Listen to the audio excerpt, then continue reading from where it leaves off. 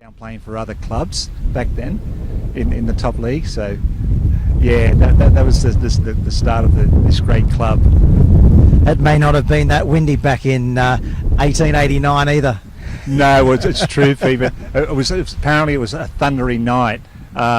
They organised a hall on the 12th of July to start the formation of the club, and there was a freak thunderstorm, and they were going to call it off, but Peter Finlayson, the Scottish footballer playing for Hamilton Athletics, said no way, we're going ahead with the meeting, and they had to walk from certain places. You can imagine those days in 1889, and I think they were expecting 70 people to turn up, but 20 people turned up, and that was the start of the formation of the club.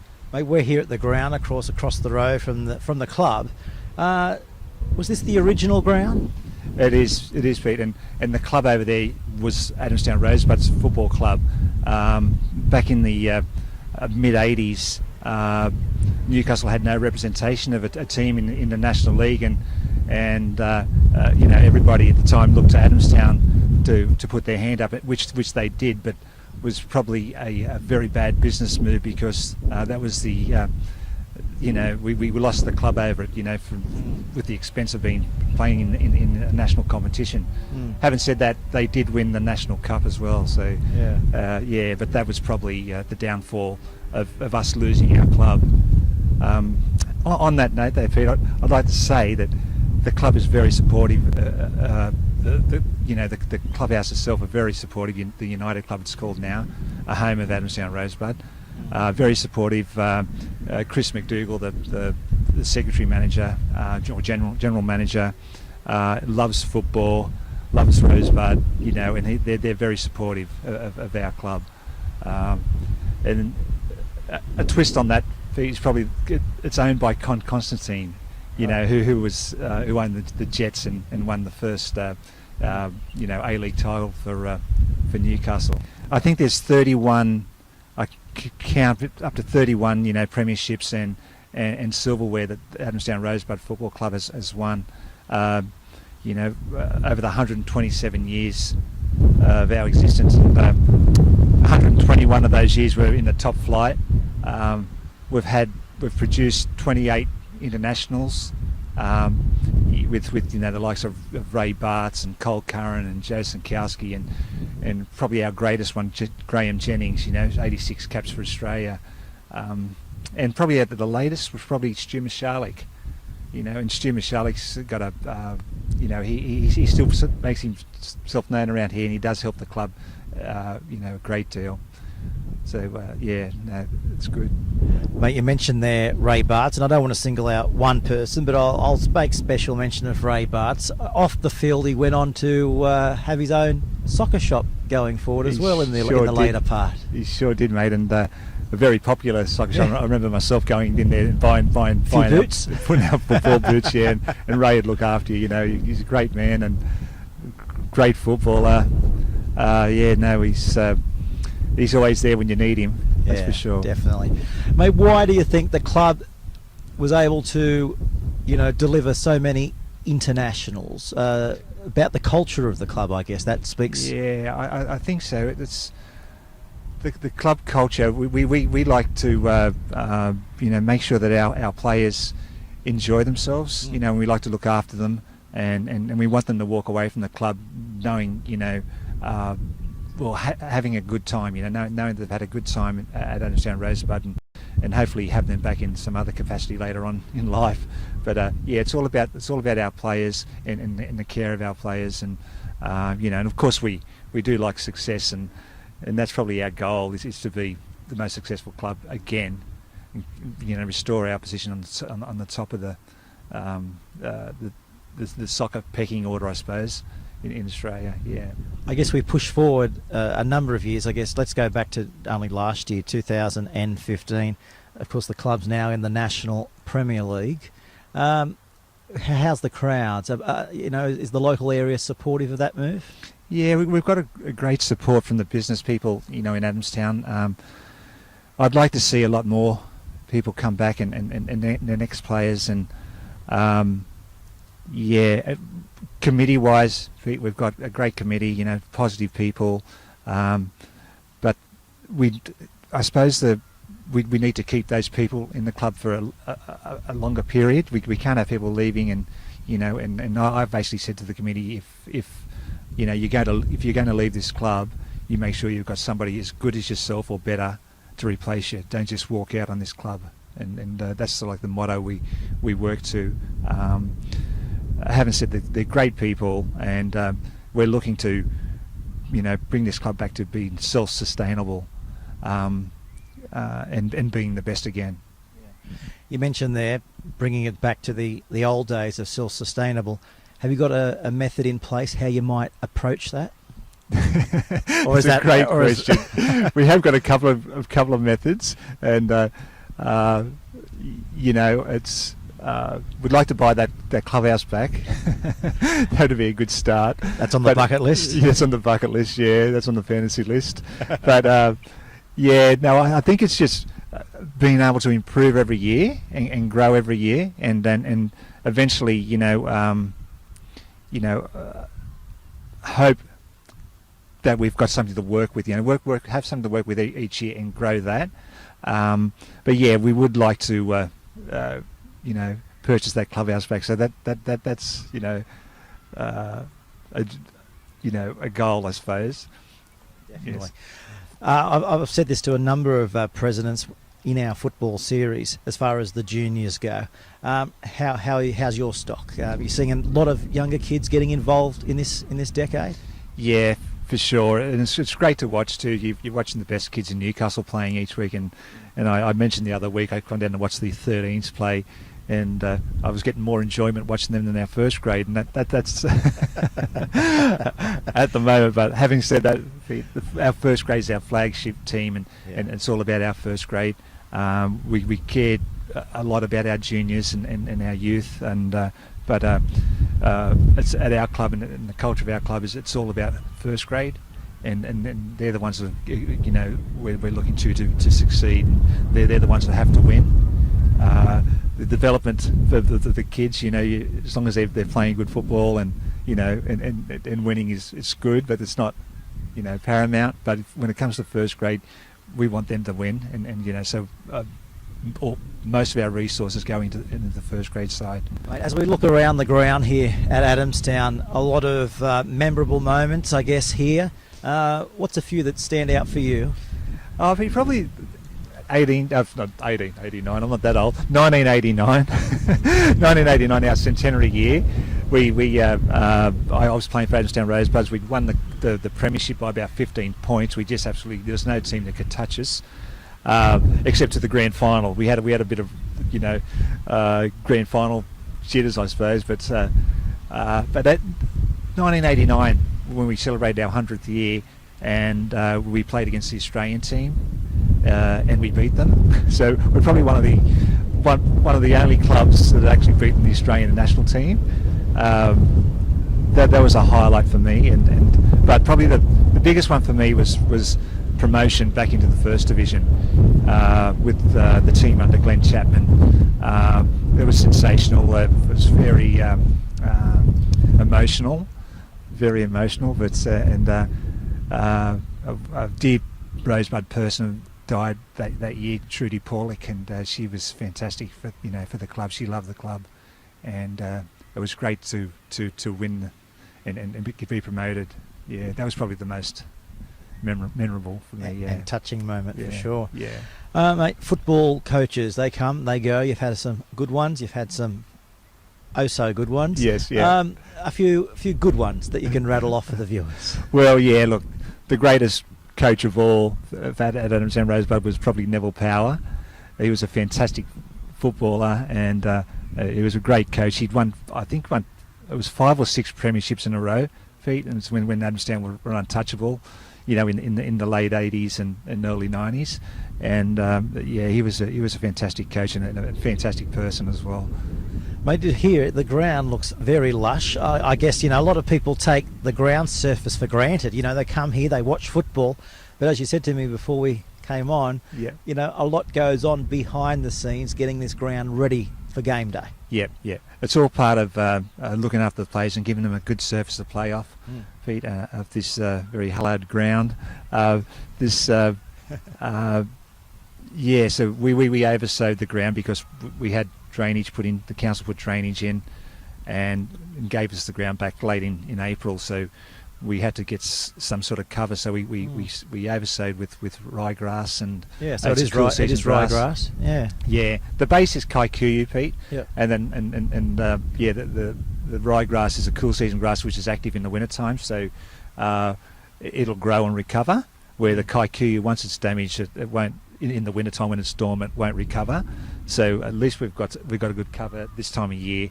But next year it's going to look like Wembley, mate. Wembley. Yeah, you got to love awesome that. Next year. You got the patterns ready. We'll get the patterns ready. You can see what the boys like.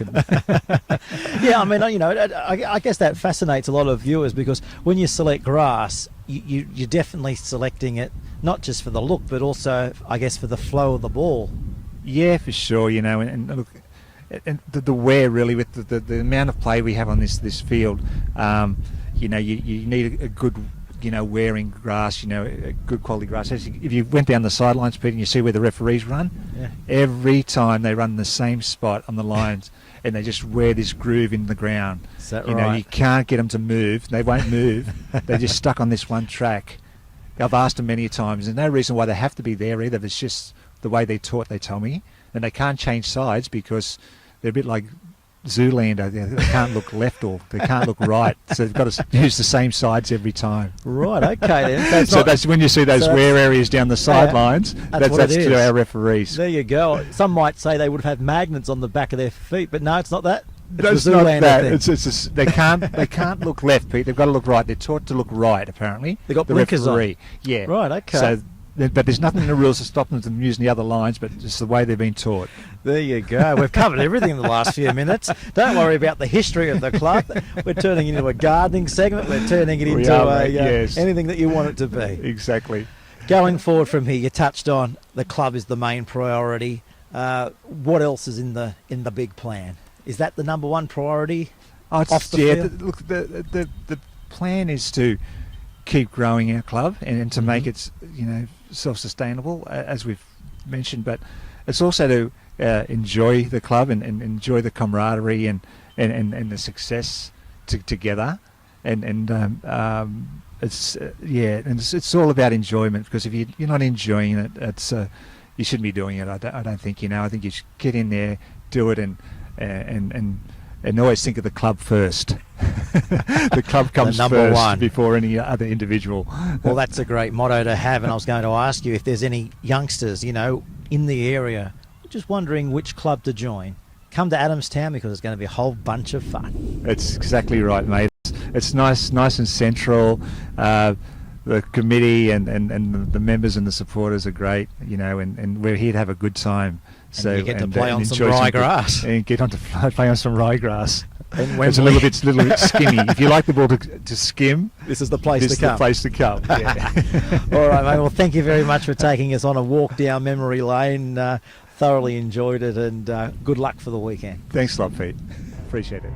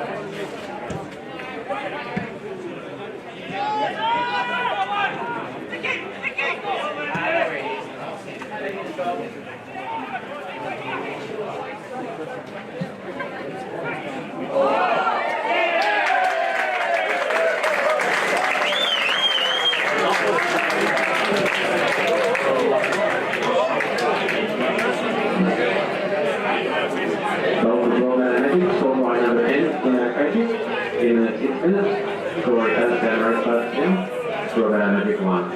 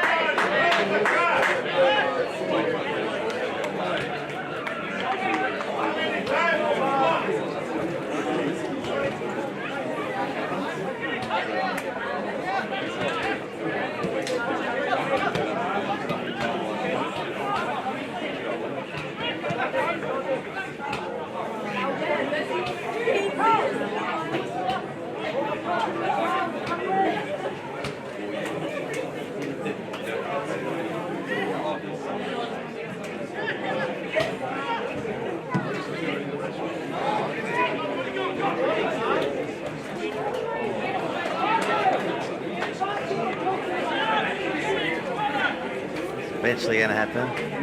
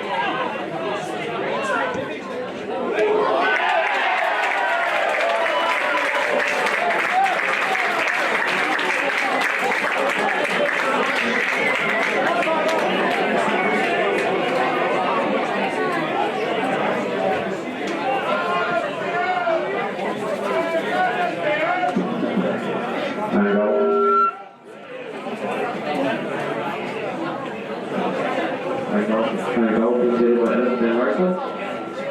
Score Adamstown Rosebuds 1, Broadmeadow 2.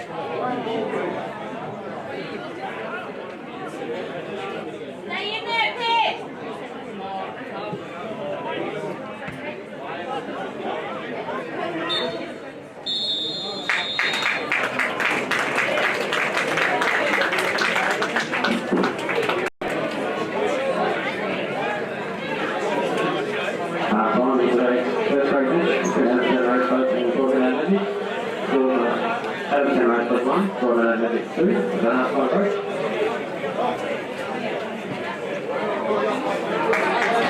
Goal scorers for Broadmeadow Magic number 10, Dino Gersovic in the 5th minute. And a goal was scored by Adamstown in the 32nd. And that's scored in the 60 minute mark. Goal for the campaign phase during the half-time break to have some stories of drink. There are steak sandwiches, sausage sandwiches, pies, hot chips, chicken burgers. Meals for drinks in the beer shed, or coffee if you're in the cooler weather.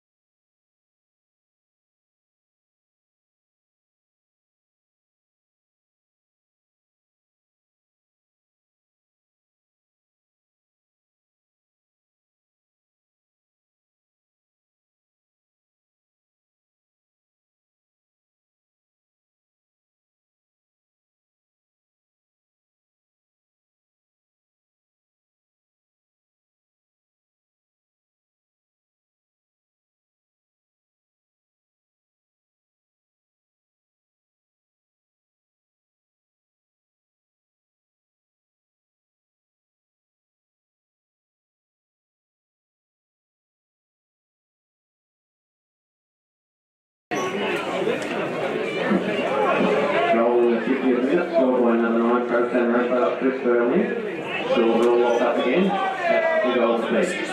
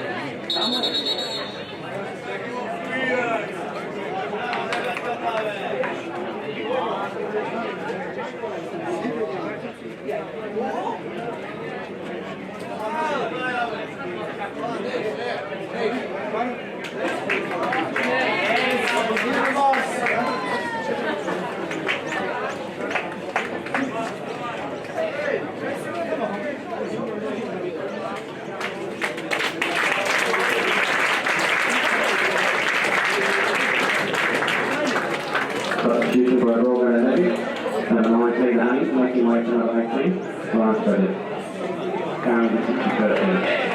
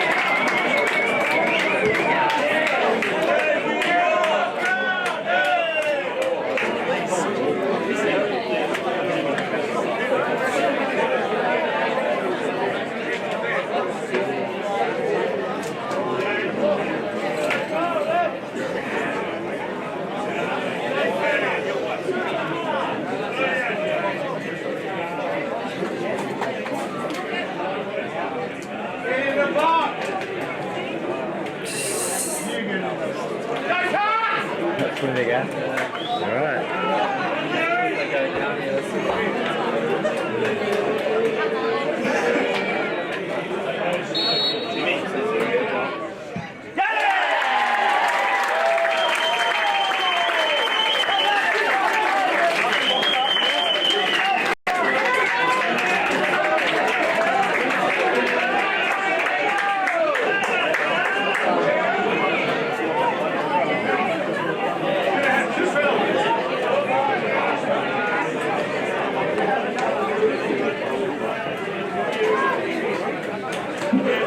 That was inverted by James and Gibson, and then the first minute.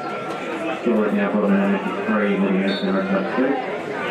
This is from the campaign, they're up to the left of a 5 50 goals. Good, we're late week, not at all. Very much for dealing now.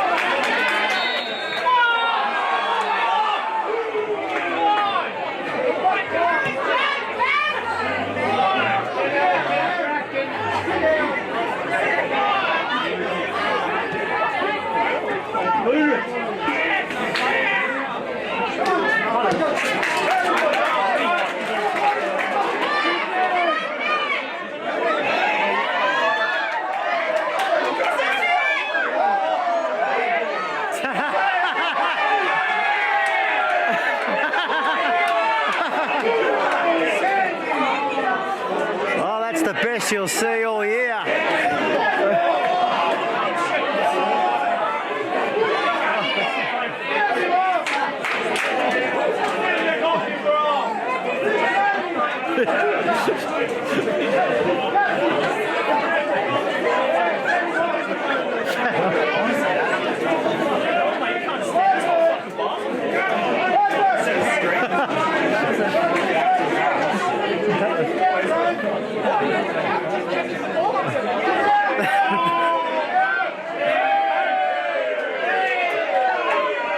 You know what would look good on that? Some Benny Hill music.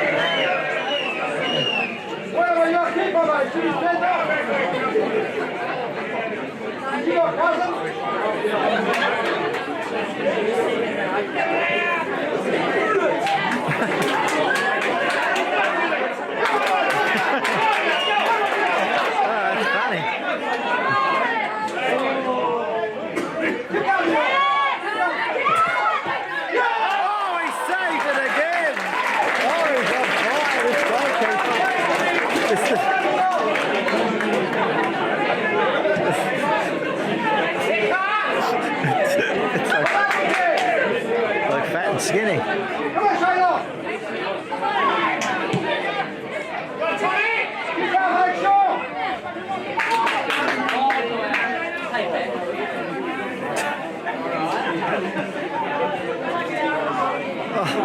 Tell you what, you don't get that in rugby union league. Yeah, it was funny. Little fats.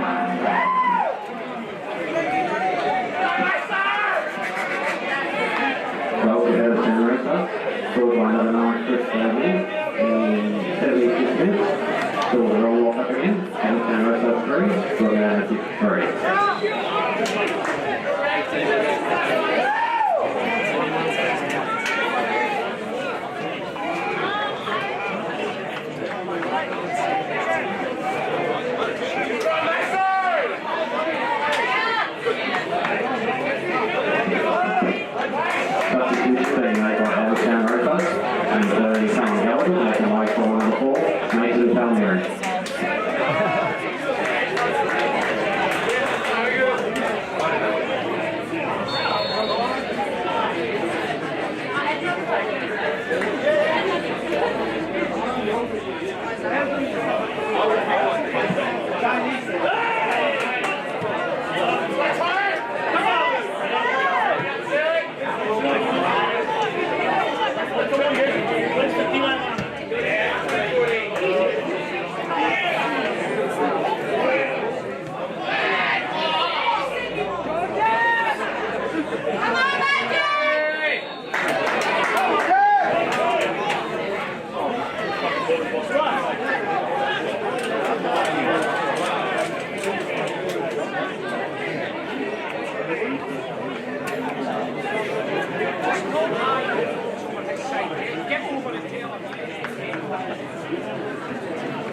Get all of them, tell me, man.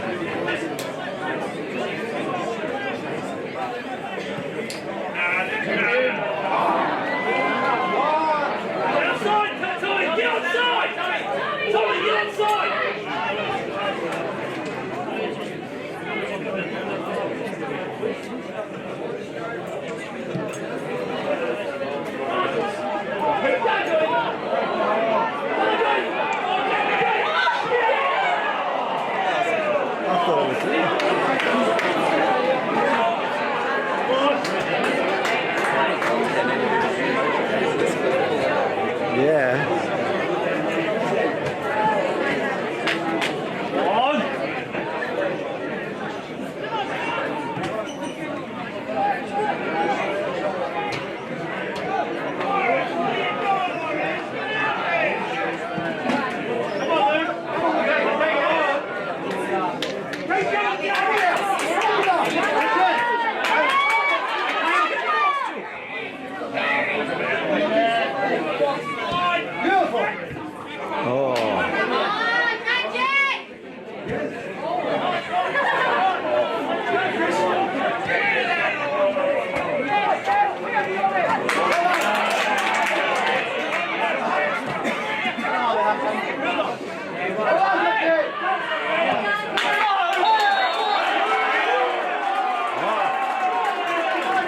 Hear the boos of the crowd. Oh, the coach is going off. Look at him.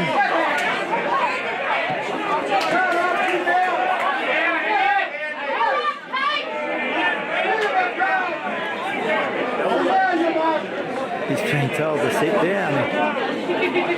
Some people think he's a goose.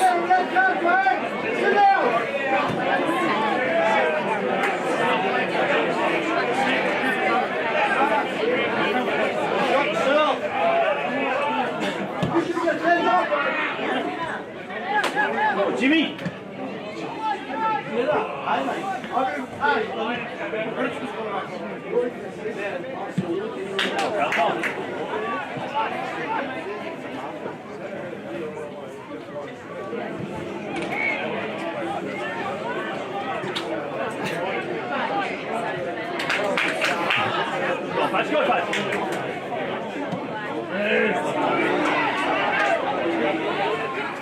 Go, Fudge!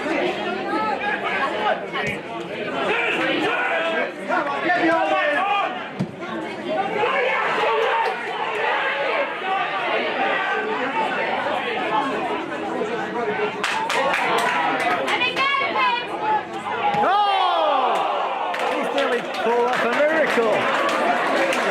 Over the top. Thought we were Anfield.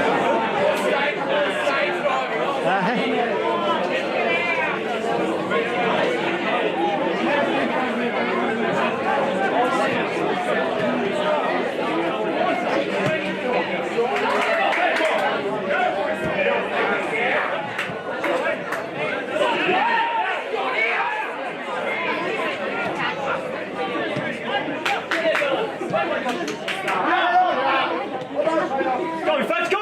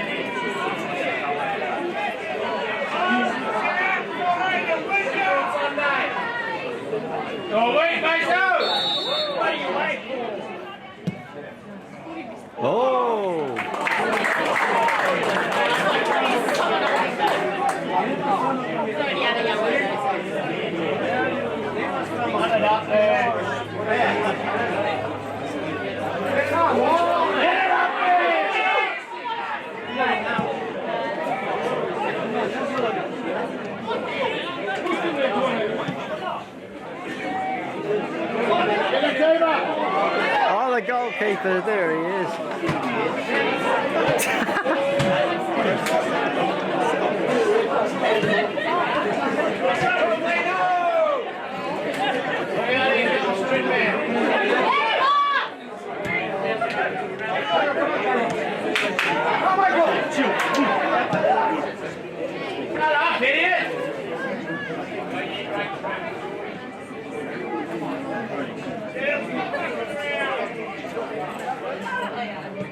Vicky.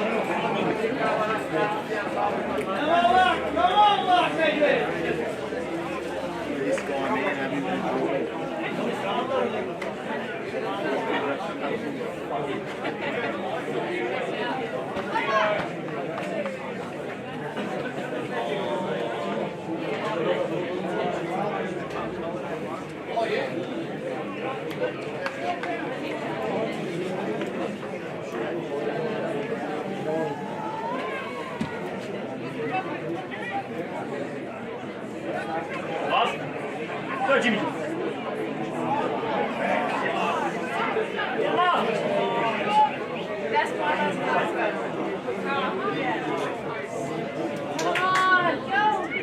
Lost me,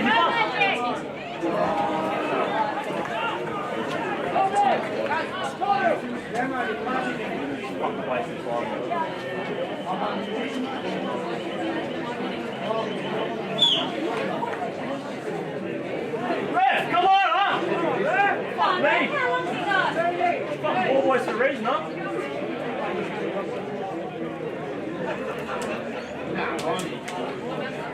Everyone's happy with the drawing and the referee.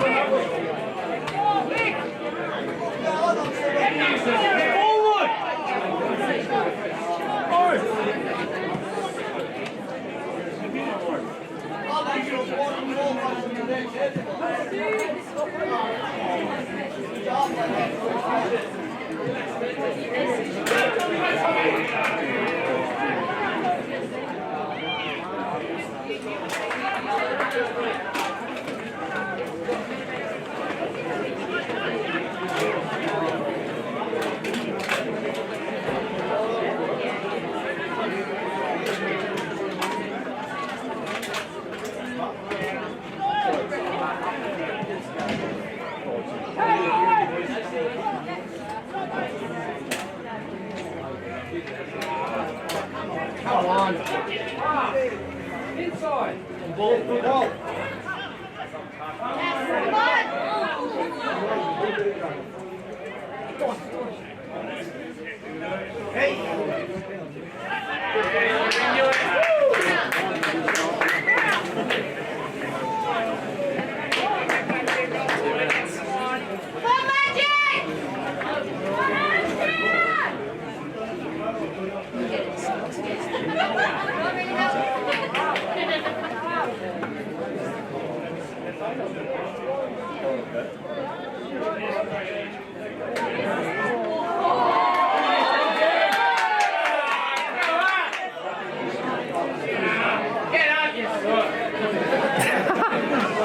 Oh, they've knocked him out.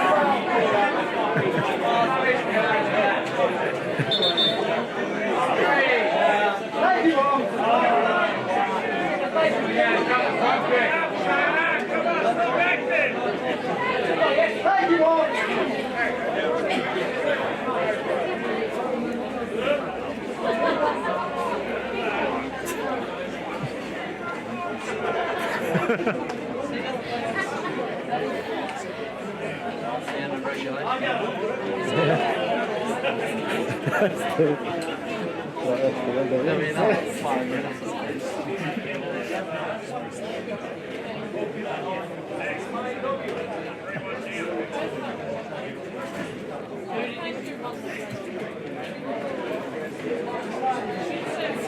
Oh, give him a round of applause. He's back up.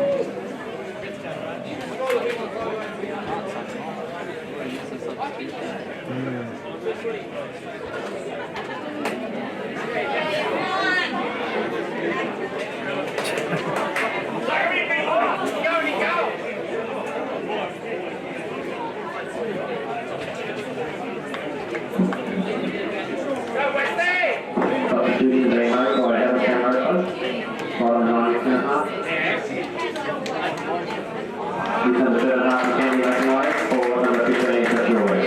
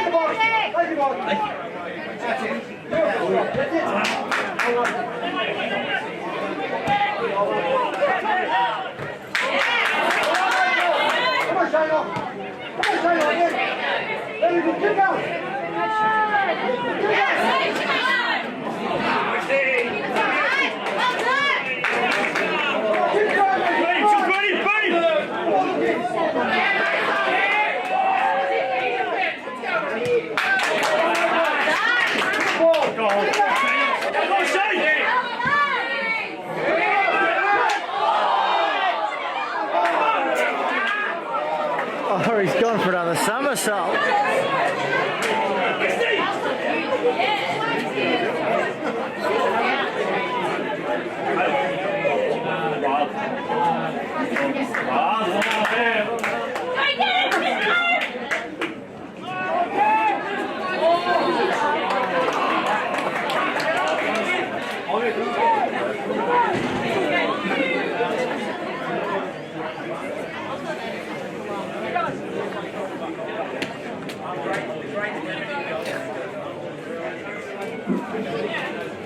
Substitution being made by Adamstown Rosebuds. Number 17 Damon Gaxley making way for number 12. And the shower.